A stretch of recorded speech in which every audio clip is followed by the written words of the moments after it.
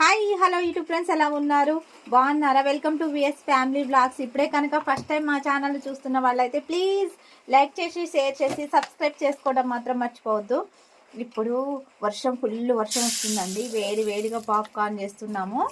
So కొంచెం salt, కొంచెం పసుపు వేసుకుంటాము. ఉప్పు వేసేసాము, కొంచెం పసుపు వేసేసాము, కొంచెం కారం.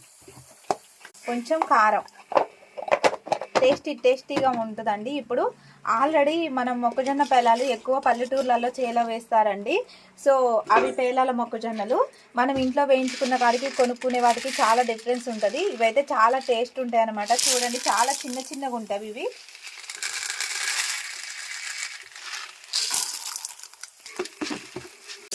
తర్వాత ఇలా తిప్పేసేసి మూత పెట్టేసేయాలి. ఇప్పుడు మూత పెట్టేసుకున్నాము.